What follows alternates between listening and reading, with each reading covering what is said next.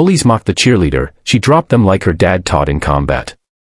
Tears welled up in Chloe's eyes as the gym echoed with laughter, not the cheerful kind, but the sharp, ugly sound of mockery. Her pom-poms were scattered across the polished floor, and a voice rang out louder than the rest. She thinks she's tough just 'cause she waves pom-poms. What is this, a joke? They didn't know. They didn't know that beneath the flawless blonde curls and sparkly uniform was a girl trained by a war hero. They didn't know that every twirl, every jump, every perfect smile masked the weight of grief and grit, and a promise made over a flag-draped coffin. Chloe Winters wasn't just a cheerleader. She was the daughter of Sergeant Dean Winters, a decorated Army combat instructor who never returned from his last tour. He didn't raise his daughter to be soft. No, he raised her with the same discipline he taught his soldiers. Grace can be your armor, he'd say. But never forget, strength is your sword. After his passing, she buried the trauma in routines and competitions. At school, she was known for her routines, her cheer squad leadership, and her kindness. But her calm demeanor made her a target. Especially for one group, Jake, Lexi, and Tyler. The school's self-proclaimed royalty. Jake, the linebacker who coasted on charm and intimidation. Lexi, the queen bee with venom in her lipstick smile. And Tyler, always the shadow, laughing harder than anyone else. The teasing started small, mocking her stretches, calling her Miss Army Barbie. Then, during a pep rally practice, they took it too far. Show us some more moves, Chloe. Jake sneered, grabbing one of her pom-poms and tossing it high. Lexi snatched the other, spinning in mockery. Bet Daddy taught you how to cry when you lose, huh? The gym fell into silence. Chloe stood there, fists clenched at her sides, heart pounding. A memory flashed. Her father in their backyard, showing her how to stay grounded, to breathe through pressure. You're not weak, baby girl, he had said. You're trained. That's when it snapped. Jake lunged at her with fake bravado, and in less than 2 seconds, he was flat on his back. Chloe had dropped her weight, pivoted, and swept his legs clean out. The entire gym gasped. Lexi froze mid-giggle. Tyler backed up, eyes wide. Jake tried to rise, but Chloe calmly stepped aside and said, "Get upright, before I teach you how to fall again." Lexi dropped the pom-pom like it was burning her hand.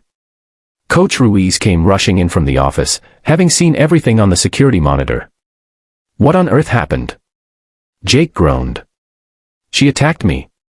No, Coach replied, looking at the stunned group, then at Chloe, standing still and composed. She defended herself. News of what happened spread like wildfire. Students whispered in the hallways. Some laughed, others applauded silently.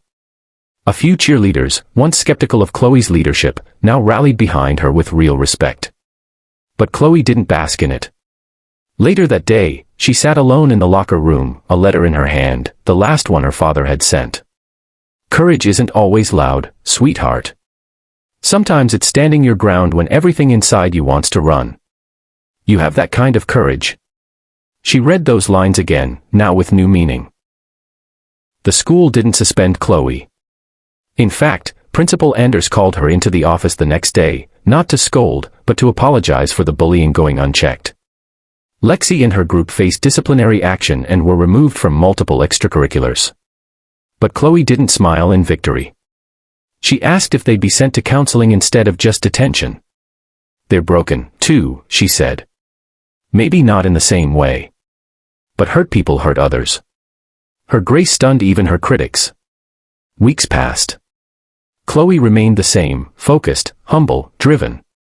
But something changed around her. The squad worked harder. The football team treated her with respect. Even Lexi, once cold and bitter, left an anonymous note in her locker. You're stronger than all of us. I was just jealous. I'm sorry. By the end of the semester, Chloe stood before the student body at the school's anti-bullying assembly. No one sees what others are going through, she said, voice steady. We all wear masks. Mine just happened to sparkle. But behind it was pain, strength, and a father who taught me to fight, not with fists, but with purpose. The crowd was silent, moved, thoughtful. Chloe's story became more than school gossip. It became a turning point. The school implemented new anti-bullying programs. Teachers became more attentive. Students, inspired by Chloe's strength and compassion, started stepping up for one another. And Chloe. She didn't just drop the bullies. She lifted the school. Moral of the story. Being strong isn't about fighting to hurt, it's about standing to protect. Sometimes, the quietest people carry the loudest strength. Never mistake kindness for weakness. And never forget, the strongest warriors often wear the brightest smiles.